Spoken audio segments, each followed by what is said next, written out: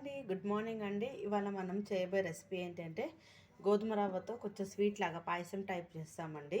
ఎందుకంటే గోధుమ రవ్వ అనేది చాలా మంచిది కదండి హెల్త్కి.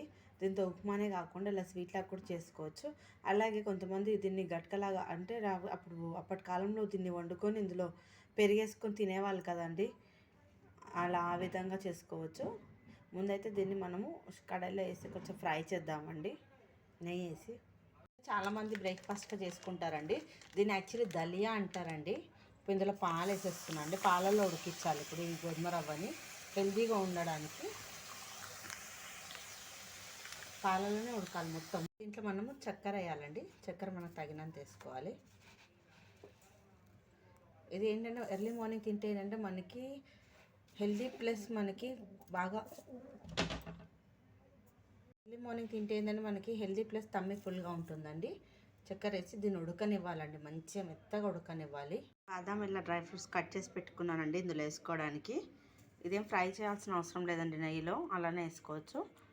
అలాగే 2 ఇలాచీలు అండి, ఇవి తొక్క తీసి దంచి పెడతాను. ఇలాచీలు 2 ఇలాచీలు దంచేసి ఉడికే వరకు ఇలా ఉడికించాలండి పాలల్లోనే. అలాగే ఇప్పుడు 2 ఇలాచీలు దంచి వేసాను ఇందులో. ఇది ఫ్లేవర్ కోసం అండి, ఇంకా ఆప్షనల్, వేసుకోవాలంటే వేసుకోండి, లేకపోతే లేదు. ఫ్లేవర్ బాగా వస్తుందని వేస్తాను నేను.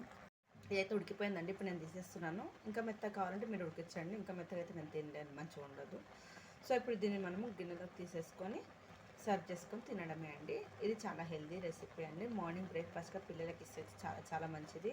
అప్పుడు వాళ్ళు తినేవన్నీ హెల్దీగానే తినేవాళ్ళండి, ఇప్పుడు మనం తినట్లేదు. కానీ హెల్దీగా రెడీ అయితే అయిపోయిందండి. మనం బౌల్లోకి తీసుకుందాం. పాలు ఎక్కువ వేసాం కదా. ఇప్పుడు ఇందులో మనం డ్రై ఫ్రూట్స్, కాజు, బాదం ఏం కావాలంటే వేసుకోవచ్చు. పిల్లలకి ఈ విధంగా ఇస్తే చాలా హెల్దీ కదండి, బాగుంటుంది. మా పాపకు అప్పుడప్పుడు బ్రేక్ఫాస్ట్లో ఇలా ఇస్తాను. చూడండి, చాలా బాగా వచ్చింది, చాలా బాగుంది. ఈ వీడియో కనుక నచ్చితే లైక్ చేయండి, షేర్ చేయండి, సబ్స్క్రైబ్ చేయండి. Thanks for watching. Thank you so much.